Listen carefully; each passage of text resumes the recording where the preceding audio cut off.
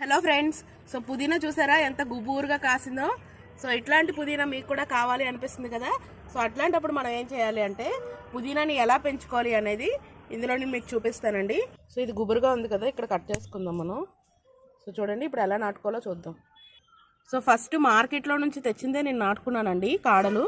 So కిందనంతా కూడా ఆకులు తీసేసి ఇలా నాటుకోవాలి. సాయిల్ చూసారు ఎంత ఫర్టైల్గా ఉందో. ఇది ఒక 2 days షేడ్లో పెట్టుకొని తర్వాత ఎండలో పెట్టుకుంటే సెమీ షేడ్లో ఉంటే మొక్క అనేది చాలా హెల్తీగా వస్తుంది. సో అలా కట్ చేసుకున్న వాటిని ఇలా నాటుకుంటే, ఇక్కడ స్పేస్ ఇస్తూ నాటుకుంటే ఏంటంటే ఇంత బుషీగా అనేది మనకి ప్లాంట్ అనేది పెరుగుతుంది.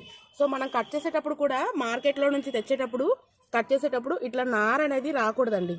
నార రాకుండా ఉంటే మనకి మొక్క అనేది వస్తుంది. ఓకే, ఇది మనం సపోజ్ మార్కెట్ నుంచి తెచ్చామనుకోండి, ఇక్కడ నార అనేది రాకూడదు. ఈ పైన లేయర్ వచ్చేస్తే ఏంటంటే మొక్క అనేది రావడానికి చాలా ఇబ్బంది అవుతుంది. సో ఇట్లాంటి